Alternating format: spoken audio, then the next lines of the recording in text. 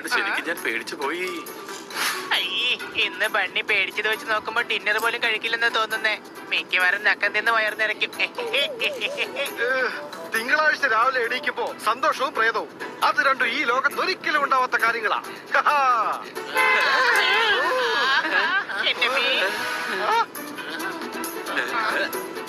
കണ്ടില്ലേ, തൊട്ട് മുമ്പല്ലേ നമ്മൾ പ്രേത സിനിമ കണ്ടിറങ്ങിയത്. ഇനി അങ്ങോട്ട് എന്ത് കണ്ടാലും അങ്ങനെ തോന്നും. അഥവാ പ്രേതം ശരിക്കും വന്നാലുണ്ടല്ലോ, പിന്നെ ആ പ്രേതത്തിന്റെ ഗതി അധോ ഗതിയാ.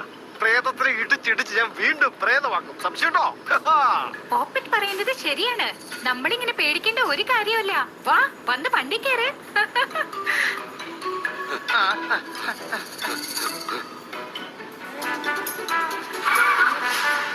ഇത്രയ്ക്ക് അഹങ്കാരമോ? ഇവന്മാരുടെ അഹങ്കാരം ഒന്ന് മാറ്റി കൊടുത്തേ മതിയാവൂ. ഈ വഴിക്ക് നമുക്ക് പോവാം. ആ ശരി ചേട്ടാ. ബ്ലാക്ക് പോസ്റ്ററോ? മിക്കവാറും പ്രേതങ്ങൾ ബ്രേക്ക് എടുത്തിട്ടുണ്ടാവും.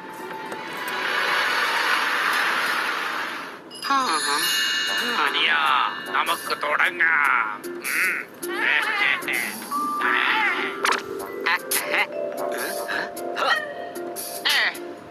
അയ്യോ,